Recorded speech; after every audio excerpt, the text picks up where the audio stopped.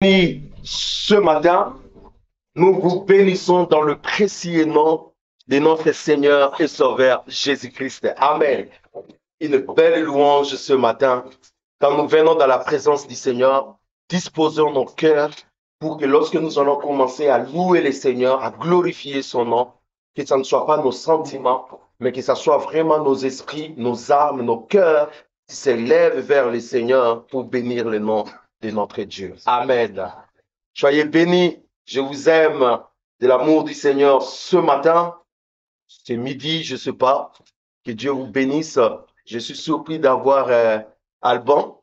Ah ben, ça c'est une surprise. Je ne croyais pas vous voir. Je croyais que vous étiez de l'autre côté. On a été dans les réunions de l'émergence. Voilà. Que Dieu soit loué. Dieu voulait assez que vous communiez avec nous.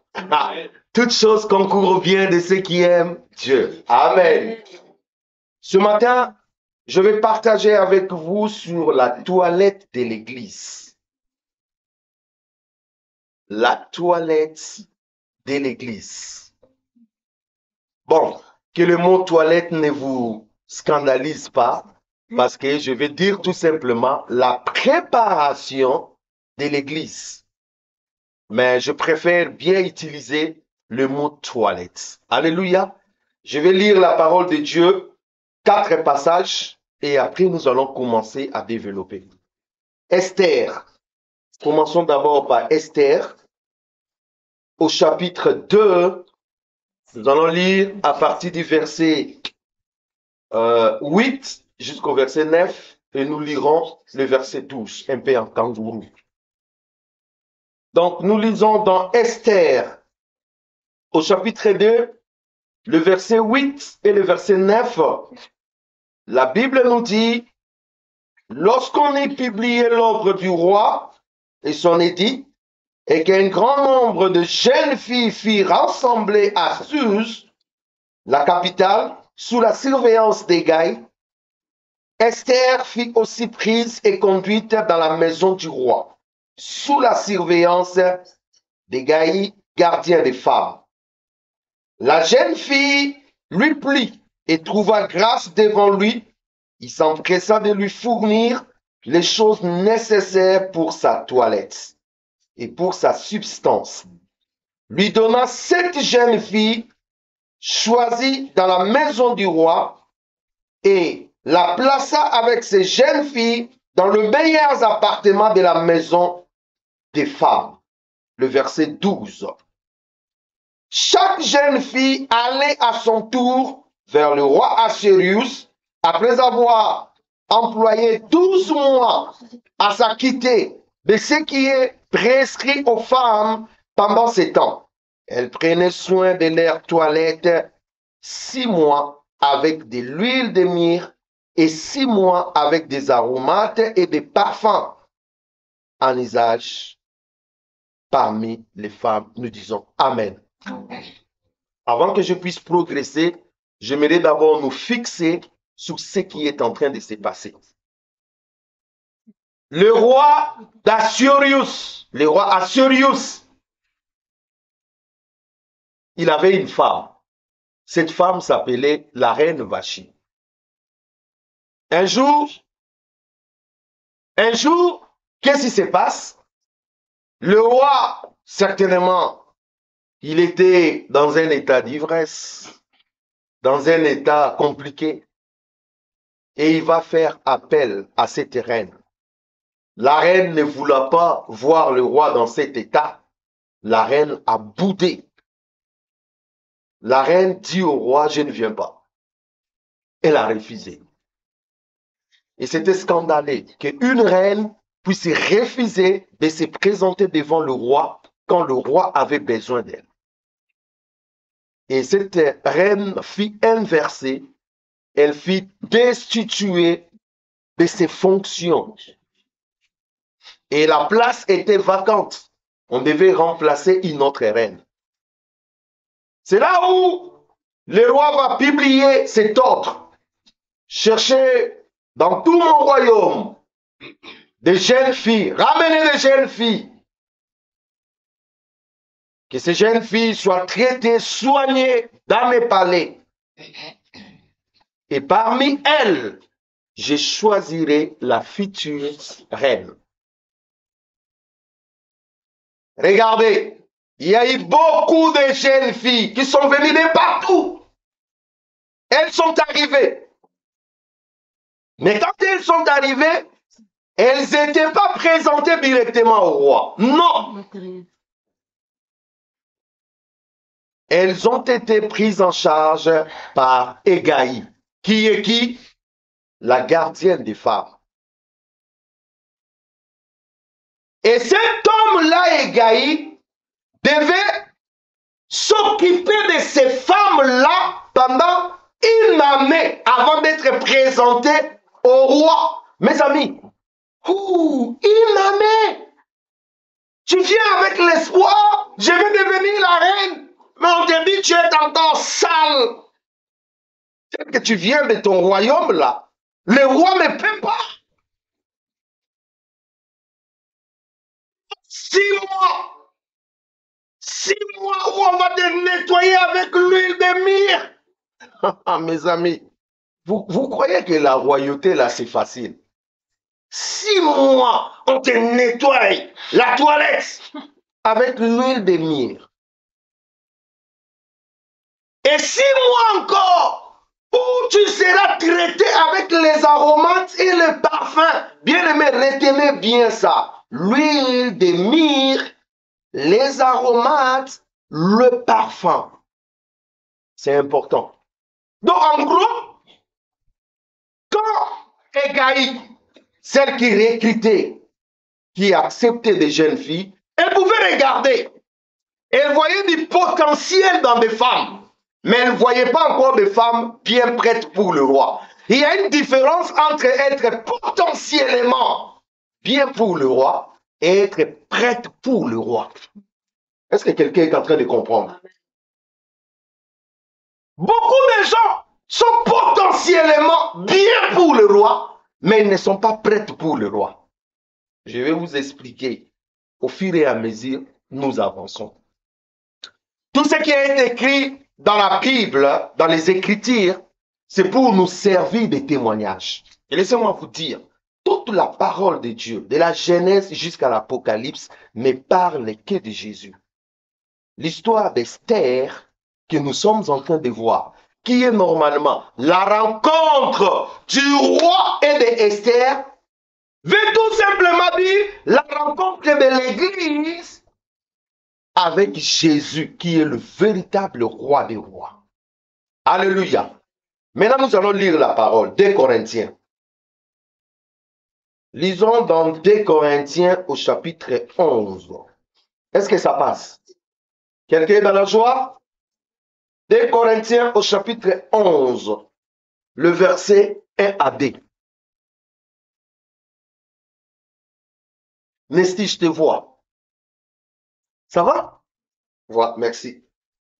Alors, 2 Corinthiens chapitre 11, verset 1 au verset 2, la Bible dit, ça c'est Paul qui dit, « Oh, si vous pouviez supporter de ma part un peu de folie, mais vous me supportez, car je suis jaloux de vous d'une jalousie de Dieu, parce que je vous ai fiancé à un seul époux, pour vous présenter à Christ comme une vierge pure. » Est-ce que quelqu'un peut dire Amen? Amen. Ça, c'est Paul qui dit. Il dit, supportez un peu ma jalousie. Il dit, je suis jaloux de vous, d'une jalousie de Dieu. Alléluia. Il ne faut pas aimer des hommes qui sont très jaloux. Alléluia. La jalousie, ça tue. Dis avec moi, la jalousie, ça tue. Il ne faut pas être jaloux. Ouais, c'est vrai que celui qui aime finit par être un peu jaloux. Ben, de temps en temps, il faut piquer un peu des petites crises de jalousie. Mais il ne faut pas être un homme très jaloux. Même quand tu vois quelqu'un avec le pasteur, tu es jaloux. Tu vois quelqu'un avec ta femme, tu es jaloux. Tu vois quelqu'un avec ton mari, tu es jaloux. Non, non, non, non, non, non, non, non. Tout le monde ne va pas te piquer ton mari, tout le monde ne va pas te piquer ta femme. Donc il faut se calmer un peu. Amen. Amen. La jalousie. La jalousie, ça tue. La jalousie, ça détruit des mariages. Alléluia. La jalousie, il faut faire très attention. Mais notre Dieu, c'est un Dieu jaloux. C'est un Dieu jaloux. Quand on dit Dieu est jaloux, cela veut dire quoi? Dieu est jaloux, cela veut dire quoi? Cela veut dire tout simplement que Dieu ne tolère pas la présence de notre Dieu chez son peuple. C'est pour cela qu'il est écrit, tu aimeras le Seigneur ton Dieu de tout ton cœur, de toute ton âme et de toutes tes forces. Dieu, c'est un Dieu de tout. Cela veut dire 100%. Si tu mets 99,99 comme le français aime bien nous tromper dans des comment on appelle, dans des supermarchés, on met 99,99. Je me dis, c'est un truc de faux. Vous savez, ceux qui ont fait le marketing, ils savent bien entrer dans nos têtes. Hein? Donc, le fait qu'on n'a pas mis ça, toi, tu crois que tu vas bénéficier. Tu vas bénéficier d'un petit sengui qui ne te servira à rien. Dieu, c'est un Dieu de 100%. C'est pour cela, quand tu aimes Dieu, tu ne peux pas aller avec l'occultisme. Tu ne peux plus aller avec la magie. Tu ne peux plus aller avec ceux qui prédisent l'avenir. Ceux qui regardent dans l'air, comment on appelle ça? Boule de cristal. Un enfant de Dieu ne va pas donner sa main et dire, regardez-moi l'avenir. Moi, mon avenir est caché en Jésus-Christ. Je n'ai pas besoin qu'un homme me dise quel est ton avenir. Je n'ai pas besoin. Vous comprenez?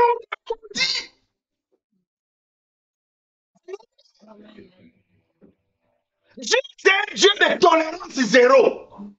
Il ne tolère pas un autre Dieu à côté de lui. Et Paul dit, je suis jaloux de vous. Une jalousie de Dieu. Pourquoi? Il dit, je vous ai fiancé. Je vous ai fiancé. Il parle de l'église. Je vous ai fiancé à qui? À Jésus. Et il dit, je vais vous présenter à Jésus comme une vierge pure. Cela veut dire, l'église sera présentée à Jésus comme une vierge pure. Je vais revenir avec l'histoire d'Esther. Je vous explique morceau par morceau et puis je rassemble. Notre position actuelle en tant qu'Église, c'est une position de fiançailles. On est fiancé, l'Église est fiancée. Voilà pourquoi Jésus-Christ revient chercher sa fiancée, qui est l'Église. Et quand Jésus-Christ sera là, il y aura ce que nous appelons les noces de l'agneau. Comme bientôt, Alban et Cécile vont avoir les noces, le mariage. Alléluia. J'ai hâte de voir ça. Amen. C'est exactement ce que nous sommes en train de parler. Les mariages, bientôt.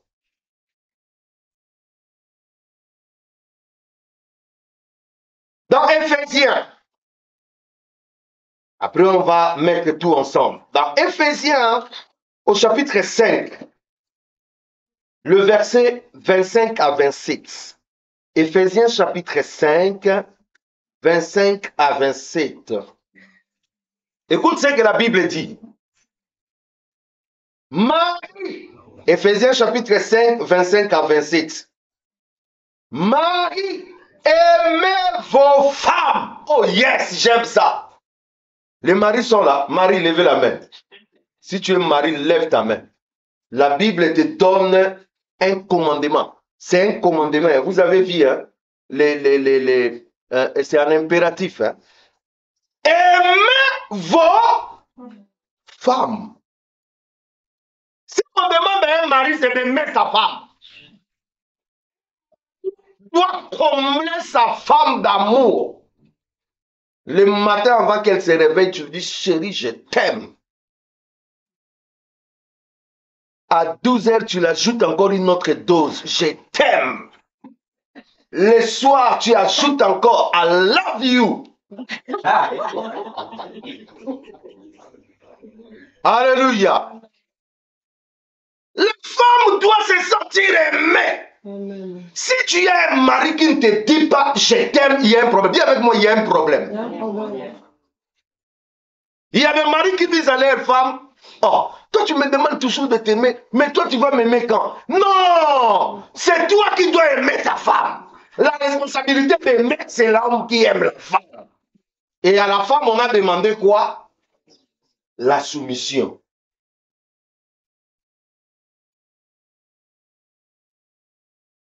Alléluia. J'ai l'impression qu'il y a des jeunes, quand tu vois leur mariage, moi qui suis marié, bientôt ça va faire 20 ans, j'ai encore beaucoup de chaleur qu'un jeune qui vient de se marier il y a 2 ans, 3 ans. Oh. Alléluia. Moi, jusqu'aujourd'hui, quand je me promène avec ma femme, je la tiens à la main. Oh my God, je vais tenir ma femme à la main, même jusqu'à 70 ans. On va marcher comme ça, main dans la main.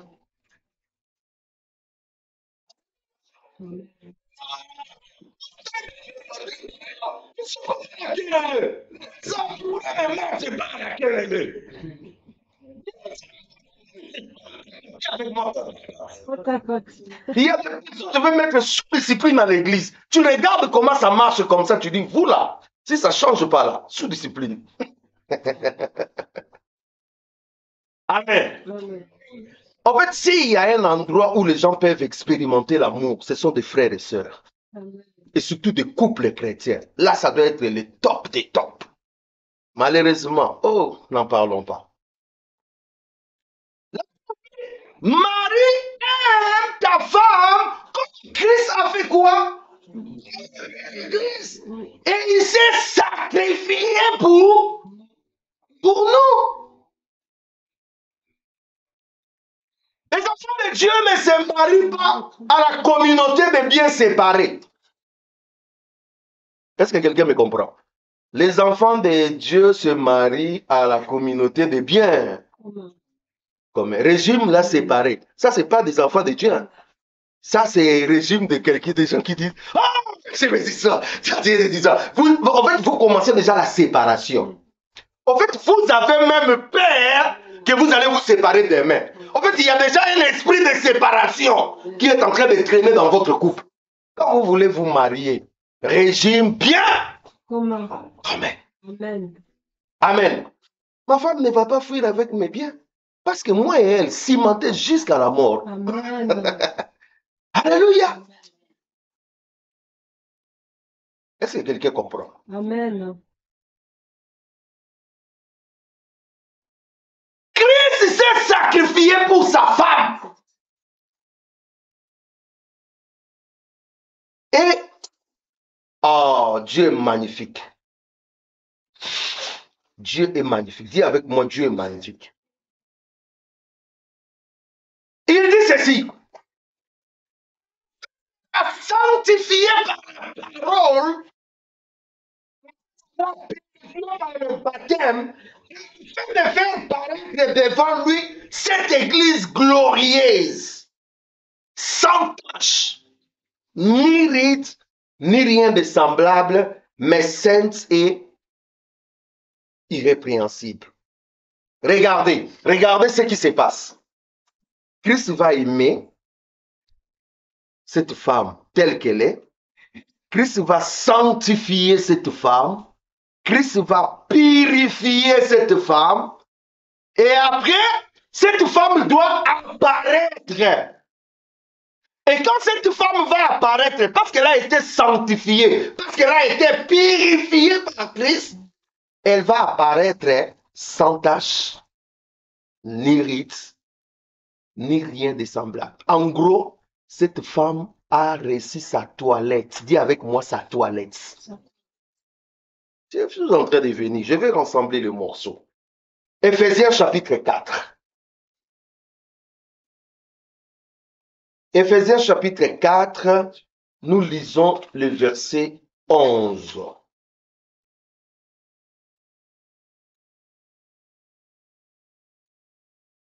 Éphésiens 4, le verset 11, la Bible dit, et il a donné les uns comme apôtres, les autres comme prophètes, les autres comme évangélistes, les autres comme pasteurs et docteurs, pour le perfectionnement des saints en vue de l'œuvre du ministère et de l'édification du corps de Christ. Nous disons Amen. Amen.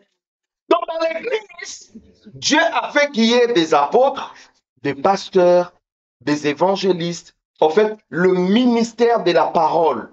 Mais à quoi ça sert le ministère de la parole? Pourquoi je suis en train de me promouvoir? Pourquoi je suis en train de crier?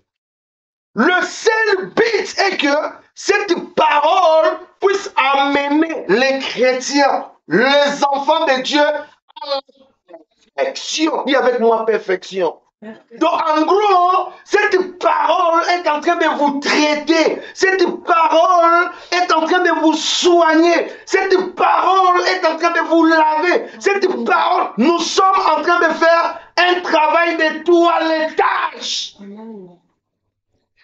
Suite, vous allez apparaître. Et quand vous allez apparaître, regardez tout ce qui est écrit quand nous allons apparaître. Nous allons apparaître dans la perfection. Nous allons apparaître sans tache, ni ride, ni rien de semblable. Nous allons apparaître purs. Mais avant que nous arrivions à cet état, il faut d'abord la préparation, la toilette. Regardez maintenant, je reviens là où nous étions dans Esther, au chapitre 2. Dans Esther, on nous présente un roi, le roi Assuérus. Le roi Assuérus est l'image de Jésus-Christ, le roi, qui a besoin de se marier. Est-ce que quelqu'un comprend? Le roi a besoin de se marier. Jésus a besoin de son épouse, a besoin, bientôt dans l'Apocalypse, réjouissez-vous car le noces de l'agneau est proche. Son épouse s'est préparée. Ah oui, s'est préparée. Donc, le roi Assuérus, c'est l'image de Jésus-Christ. Les filles, comment d'aller chercher partout, c'est l'image des 10 vierges. Vous vous souvenez encore des paraboles des 10 vierges? Dans les 10 vierges, il y avait quoi? Le folles et les sages. Est-ce que toutes les vierges étaient-ils Élie? Qui était Élie? Seulement les sages. Cela veut dire que parmi les jeunes filles qui vont venir à la rencontre du roi Assuérus, il y a seulement une seule qui sera quoi? Élie. Cela veut dire aussi que les gens qui viennent à l'église, tout le monde ne sera pas enlevé, tout le monde les autres sont en train de faire du tourisme spirituel. Dis avec moi, tourisme spirituel. Ah oui, il existe du tourisme spirituel. C'est-à-dire, on est à l'église, mais on ne sait même pas pourquoi on est à l'église. On ne sait même pas ce que l'on fait. On fait du tourisme spirituel.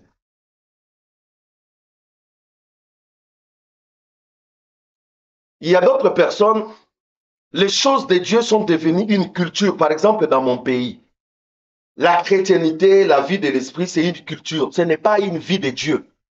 En fait, tout le monde sait que avant de prier, avant de manger, on fait quoi? On prie. Même un voleur, même tout le monde peut prier.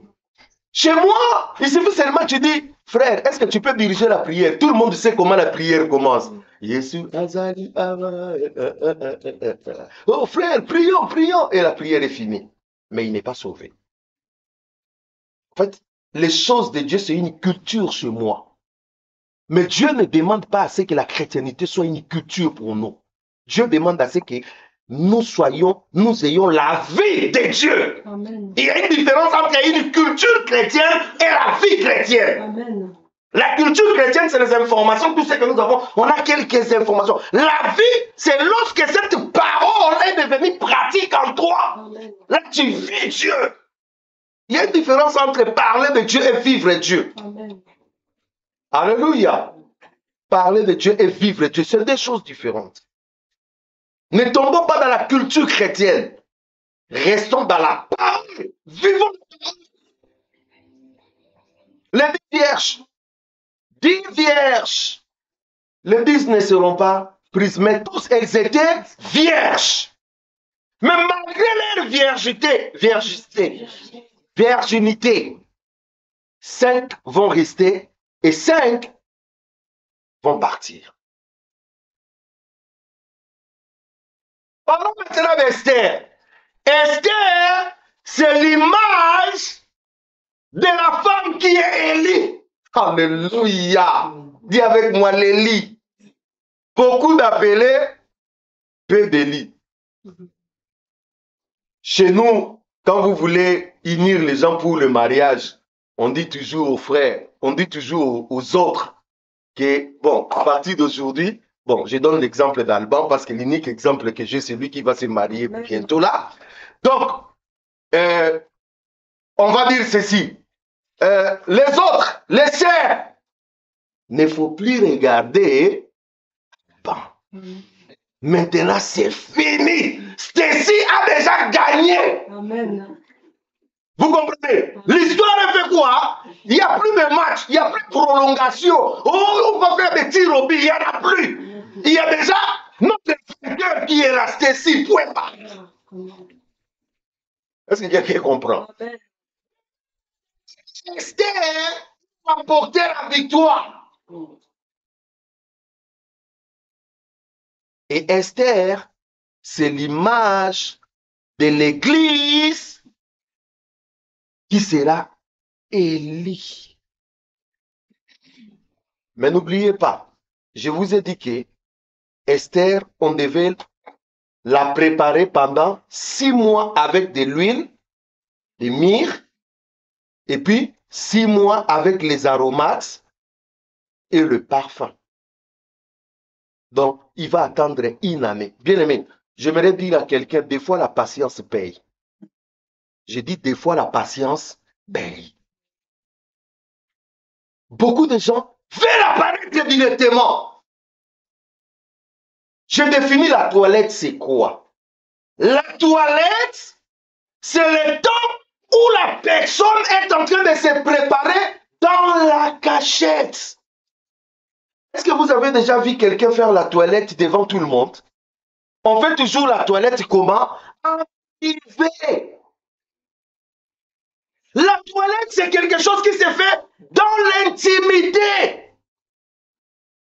Et dans la toilette, qu'est-ce qui se passe? Dans la toilette, on traite les corps. Dans la toilette, on cherche à se débarrasser des défauts. Dis avec moi des défauts. Regarde les femmes, quand elles sont devant le miroir. Quand il y a un défaut ici, qu'est-ce qu'elle fait? Elle prend un petit faux de teint, elle fait quoi? En gros, elle enlève le défaut. Elle te dit, oh, j'ai des boutons ici, il faut que je l'enlève. Elle fait ça, elle traite ça, elle traite ça. Pourquoi? Parce qu'elle a envie d'apparaître devant les gens sans défaut. Les toilettes, c'est le traitement du cœur, le traitement intérieur. La toilette, ça presse des secrets. Dans la toilette, on se coiffe, on se maquille, on s'habille. Et on s'habille royalement. Alléluia. Les jours de mon mariage, on ne voulait même pas que je regarde ma femme. On l'a bien cachée, bien. C'est à ce temps-là, je vois apparaître la belle. Alléluia. Ouh là là. Bien dans sa robe. Ouh là là. Alléluia. Amen. Elle a tout changé là, toute belle. Amen. Alléluia. Il y a eu du temps pour la toilette. C'est même que lorsque la toilette finit, que maintenant la personne peut. Voilà pourquoi la parole de Dieu nous dit, les 5 ministères sont là pour nous enseigner la parole de Dieu. La parole de Dieu, la Bible dit, est si puissante comme une épée à double tranchant, capable de séparer ce qui est utile et ce qui est inutile. En gros, pendant ces temps, nous sommes en train d'être traités. Voilà pourquoi quelqu'un peut venir à l'église dans une assemblée volaire. Il écoute la parole de Dieu où on lui dit, mais il ne faut pas voler, mais il ne faut pas voler. Il abandonne le vol. Son cœur est en train d'être traité. Il y a une autre personne qui est venue avec beaucoup d'amertume. On lui dit, non, l'amertume, ce n'est pas bon. Abandonne, abandonne. Il abandonne. L'amertume va, les traitements. Il y a une autre personne qui a la haine dans son cœur. Le Seigneur te dit, ceux qui ont la haine ne vont pas hériter le royaume des cieux. Abandonne. Et même cette personne qu'on ne pouvait pas saluer, un jour on les salue. On commence à aller dire bonjour. La haine est partie. Son cœur est en train d'être traité. Et Dieu prend le temps de nous traiter dans le secret parce que bientôt nous allons apparaître. Et laissez-moi vous dire, si tu ne veux pas te faire traiter, tu ne vas pas apparaître. Pour apparaître, il faut accepter le traitement. Donc ton cœur doit souffrir des fois. Ton cœur doit se débarrasser des choses.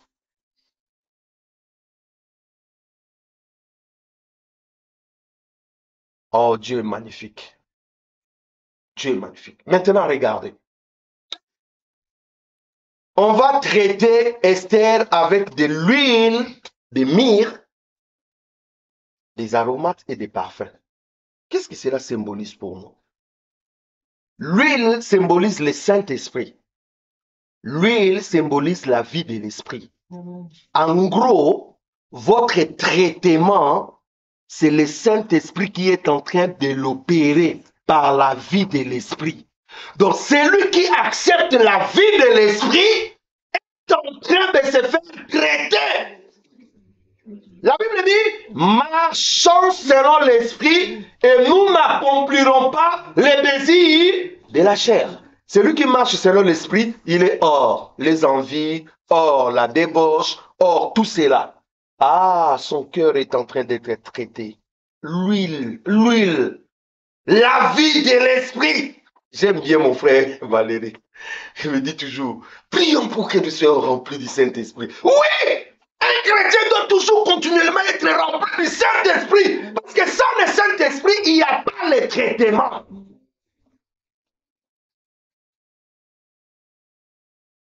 Laisse-toi traiter par le Saint-Esprit. Que le Saint-Esprit te nettoie, t'enlève des préjugés, t'enlève des idées préconçues, t'enlève tout ce qui n'est pas de Dieu. Dieu, le Saint-Esprit va te traiter, va te soigner.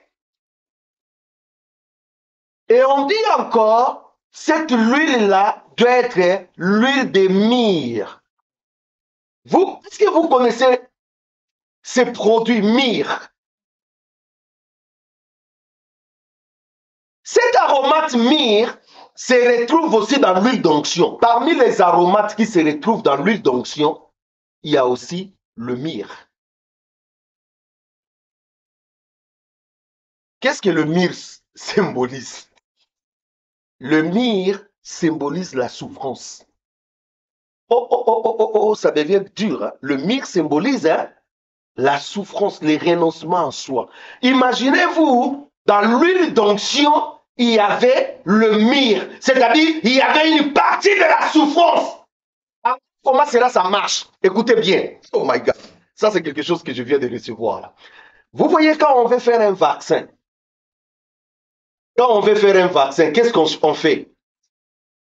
On prend un morceau de la maladie. Ça veut dire, on prend la maladie qu'on veut combattre.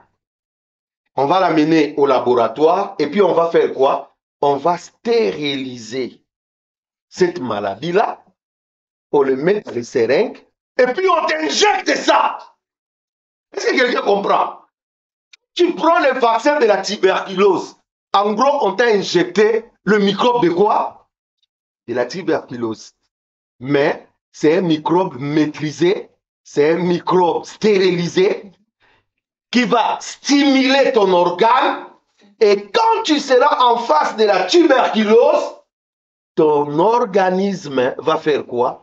Va combattre. Dans l'onction, l'huile d'onction, il y avait la myrrhe. La myrrhe, c'est la souffrance. Cela veut dire, celui qui a l'onction de Dieu, il a déjà une partie de la souffrance en lui. En face de la souffrance, il ne sent plus la souffrance. Dis que quelqu'un comprend. Je disais, si tu as l'onction, tu as déjà une partie de la souffrance en toi. Quand tu seras en face de la souffrance, tu ne sentiras plus la souffrance. Voilà pourquoi ceux qui ont reçu l'onction, malgré qu'on les a jetés dans les arènes pour se faire manger par les lions, ils n'ont pas renoncé. Ils ont dit, les lions peuvent nous manger, il n'y a pas un problème. La souffrance était déjà née.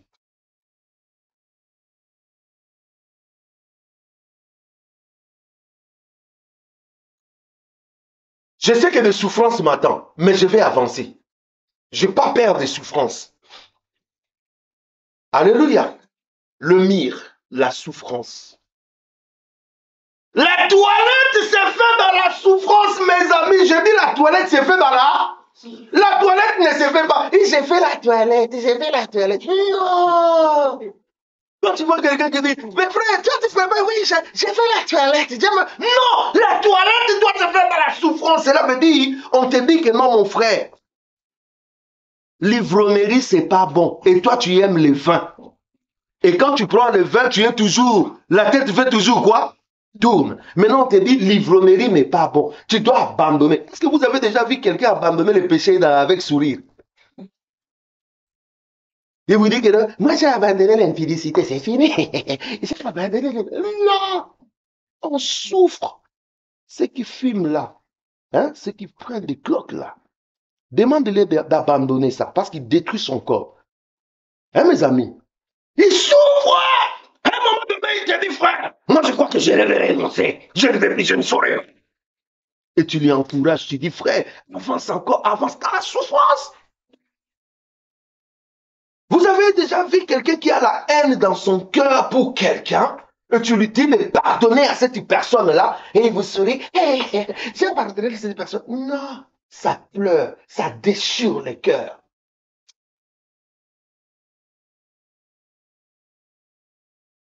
Le traitement se fait dans la souffrance. Dans la souffrance! C'est dans la souffrance que Dieu traitera ton cœur. Oh yes. C'est dans la souffrance, dans des pleurs, que Dieu ramènera ton cœur à l'ordre. Dans la souffrance. Donc un enfant de Dieu va souffrir. Dis avec moi, tu vas souffrir. Dis, je vais souffrir. N'aie pas peur de souffrir.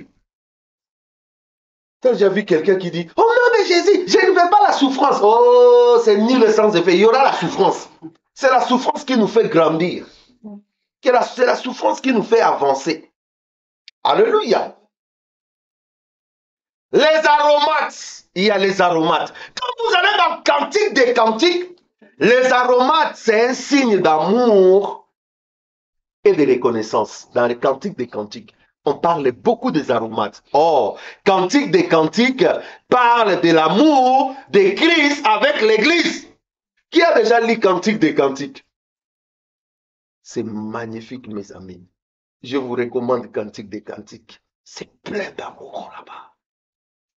La soudamite. On parle des aromates. Les aromates, dans Cantique des Cantiques, symbolisent l'amour et quoi? Et la reconnaissance. Cela veut dire, lors de notre traitement, le Seigneur dépose beaucoup d'amour dans nos vies. Et nous aussi, en retour, nous produisons beaucoup d'amour pour Dieu et de reconnaissance.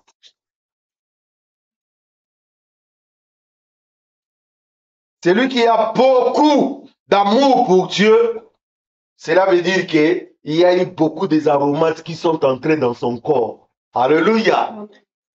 Beaucoup d'aromates sont entrés dans son corps. Ça produit l'amour pour Dieu, ça produit la reconnaissance. Beaucoup d'aromates sont entrés.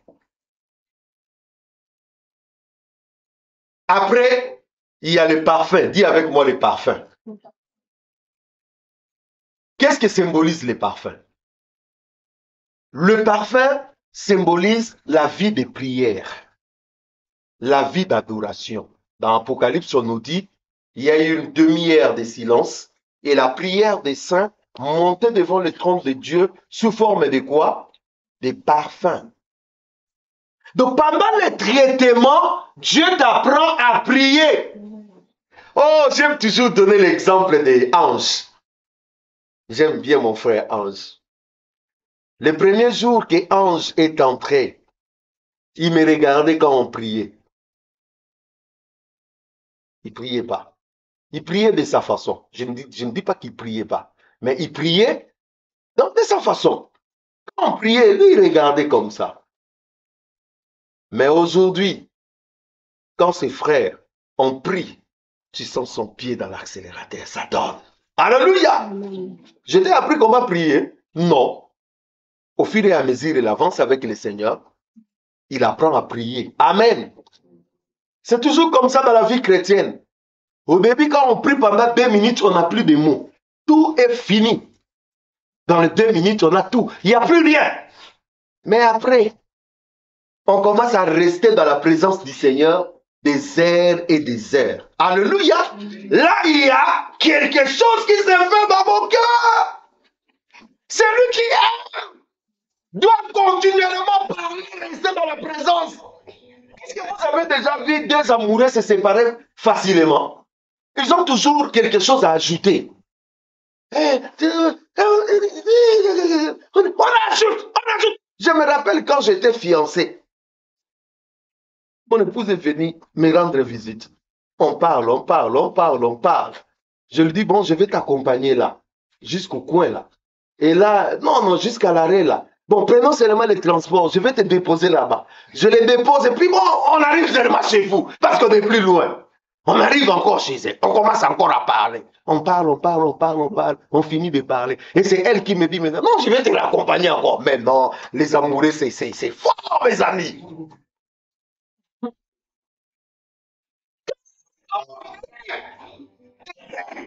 Dans la présence du Seigneur, on n'a pas envie de quitter Jésus dans sa présence. Voilà pourquoi tu peux rester pendant des heures et des heures en train d'adorer, de louer le Seigneur, en train de bénir Dieu. Nous disons Amen. Amen. Pourquoi vous avez tellement envie d'adorer le Seigneur? Il y a des gens qui ont été hier à l'église. Hein? Ils ont été dans une réunion, ils ont prié. Mais aujourd'hui, dimanche, ils sont encore là. Mais qu'est-ce qui fait ça? C'est l'amour, ça déborde pour Jésus. On ne sait pas le quitter. On ne sait pas quitter Jésus. Quand quelqu'un arrive à cette étape-là où il ne sait pas quitter Jésus, cela veut dire que son cœur est bien traité. C'est-à-dire son cœur s'apprend. Maintenant, je vais finir. Quand tu seras traité avec le parfum, c'est-à-dire la vie de prière bien occupée, vie d'adoration, quand tu seras traité avec les aromates, Dieu dépose l'amour en toi. Et toi aussi, tu commences à beaucoup donner pour Dieu, l'amour en retour.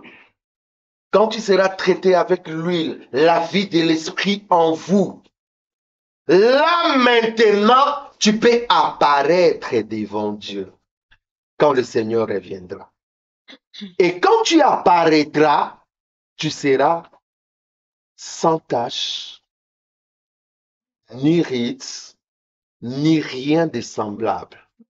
Tu seras ce que nous appelons l'Église glorieuse. Tu seras ce que nous appelons la Vierge pure. Tu seras ce que nous appelons la fiancée idéale pour le Seigneur. Et quand le Seigneur te verra, il te dira, ma fille, mon fils, entre dans la gloire. Est-ce que quelqu'un comprend? Mais pour des gens qui refusent les traitements, vous refusez les traitements. Quand Dieu dit gauche, toi tu dis droite. Dieu dit droite, toi tu dis gauche. Dieu dit ok, le traitement n'est pas fini. Imaginez-vous, j'ai fini par là. Un fou qui est dans un centre psychiatrique. Le docteur lui dit, s'il remplit tel niveau, tel niveau, tel niveau, tel niveau, il faut le faire sortir. Et le fou ne remplit qu'une partie.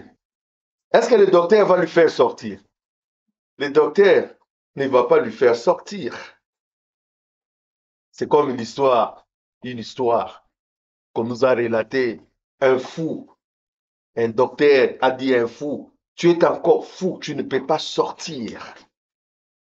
Il dit non, moi je dois sortir. Il dit tu es encore, ta tête ne va pas encore. Tu dois rester encore te faire soigner.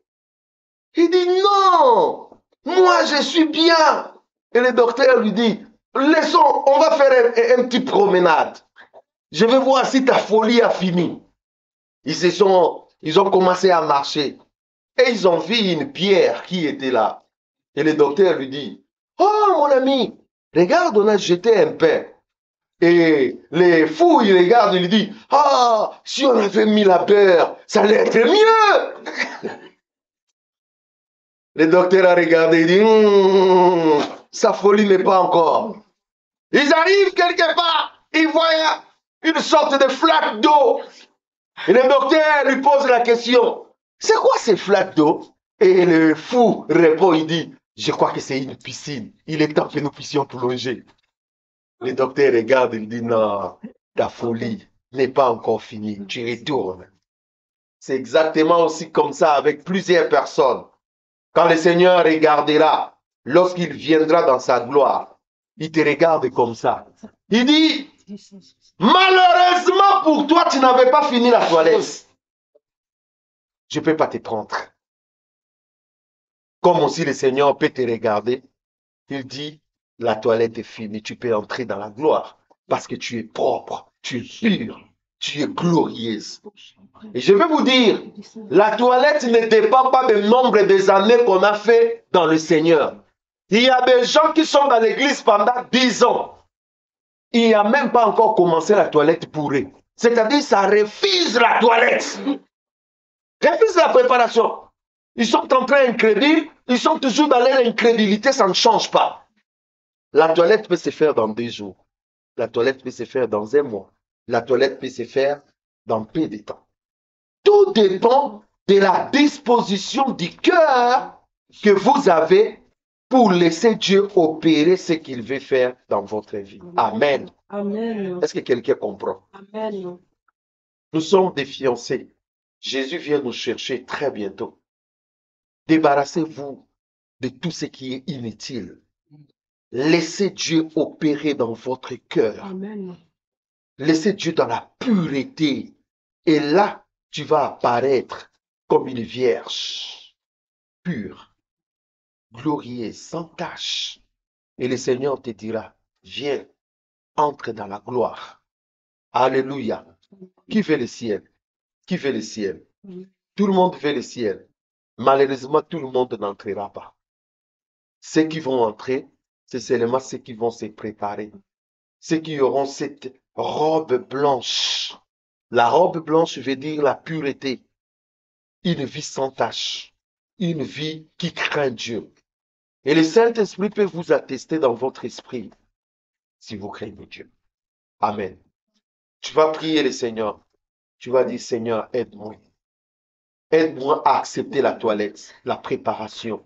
Aide-moi à accepter que la parole de Dieu puisse me transformer. Aide-moi à accepter que chaque jour que je me laisse traiter, que je ne regarde pas ce que je suis, mais que je regarde ce que la parole de Dieu me dit. Et quand tu accepteras ce traitement, tu quitteras dans cette cachette et tu apparaîtras devant une personne glorieuse, une personne pure, une personne prête pour le service, pour la gloire de Dieu. Alléluia. Amen. Maintenant, tu vas élever ta voix et tu vas dire au Seigneur, Seigneur, opère cette toilette dans mon cœur. Je vais être traité. Élevons nos voix, prions le Seigneur. Seigneur Dieu de gloire. Ouais. Seigneur Dieu de gloire, nous prions que tu agisses dans mon cœur. Alléluia. Que ton nom soit glorifié. Alléluia.